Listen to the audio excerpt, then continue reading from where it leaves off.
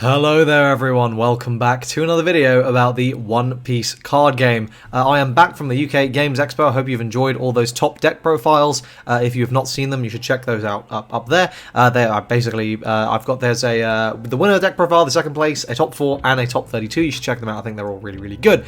Today, it is News Day. As usual, Fridays are the Bandai News Day, and we have got some fairly big announcements, actually, so let's go ahead and jump in. If you're not aware, essentially, every Friday, if you go to the front page of the website, there's usually some sort of news updates. Now, sometimes it's nothing crazy, but today, there were a few pretty big ones, so we're going to lead with the most important.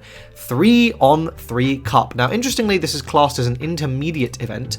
I don't know if that's necessarily true. If anything, I would say this is even more competitive because you're forming a team of 3, which means that, you know, you're essentially getting a best of 3. So if you are able to put a team together of 3 really good players, you're kind of standardizing for the RNG, and that's why I really like team events in a best of 1 game, because you can kind of get around the inevitable RNG screw that is going to happen to you at some point in a tournament.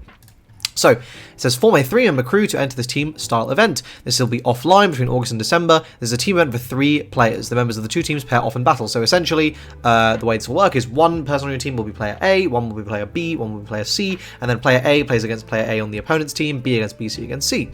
What are the rules? Well, it's actually pretty expected. So obviously, like, yeah, you get you got to basically your team gets 1 point if at least 2 of you win, and 0 points if 1 or less of you win, because then you've lost the overall match.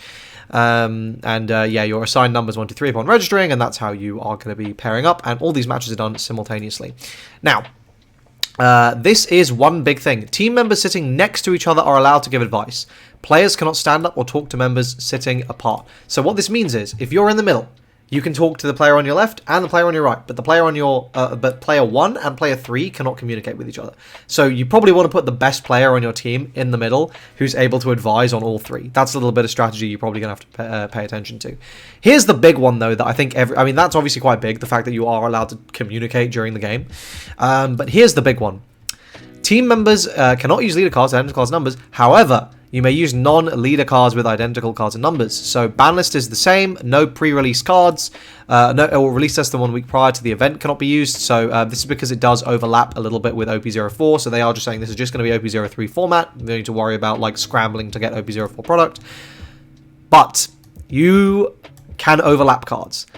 And that's pretty big. So if we go back to this page here, I'm going to show you the dates real quick. So you can see here there's one in Peoria in Illinois, one in Australia, one in Glasgow, and one in in Latin America.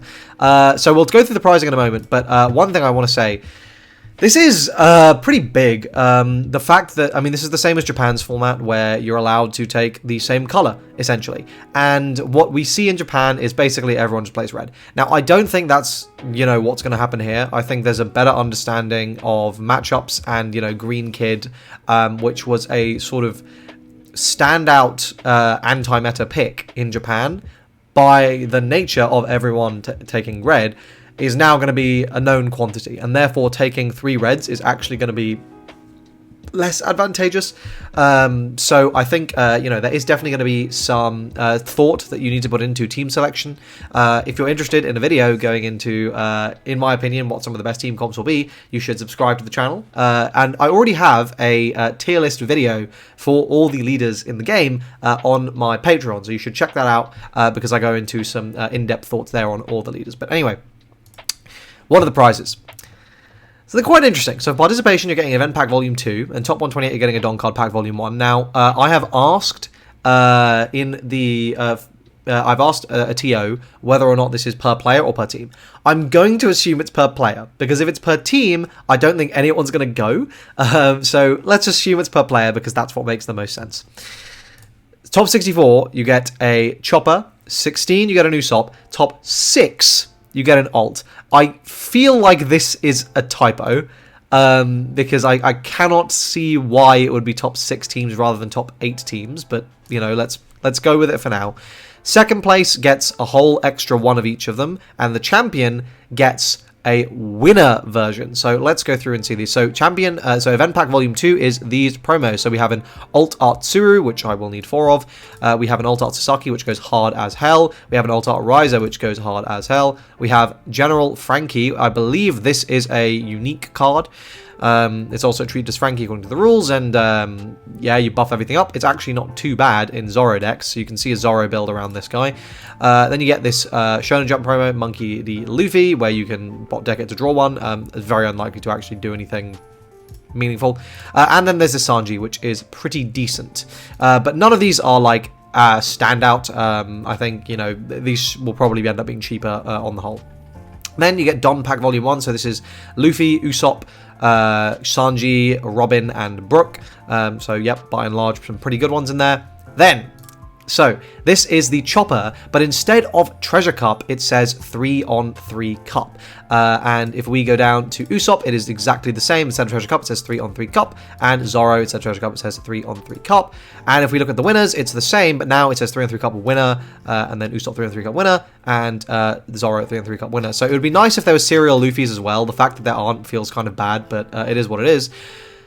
I will say, I very much like the fact that they have their own stamp, because that is going to give these cards value. If they didn't, if anything, these are going to be worth significantly more than the ones they've been giving out so far, because at this point, you know, they've given out so many of them that they're not going to be super rare. That being said, if these are going to, you know, full teams, that means there's going to be 192 choppers running around. Oh, I guess 195 choppers running around.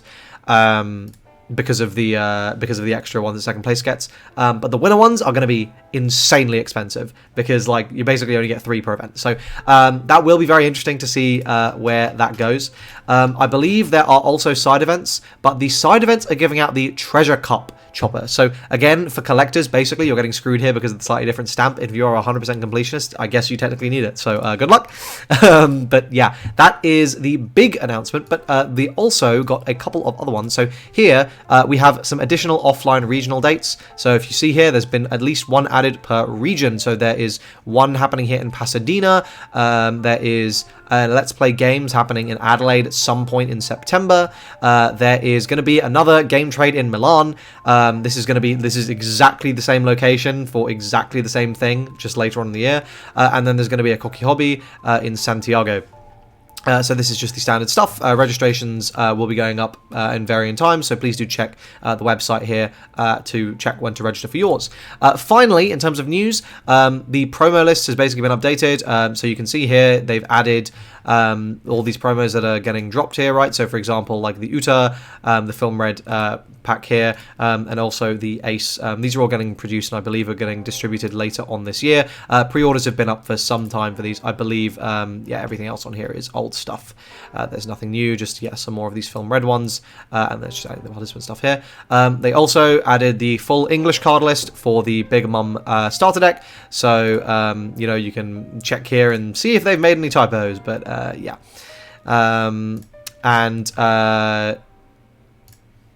Finally, they have added the set 3 card list to the website.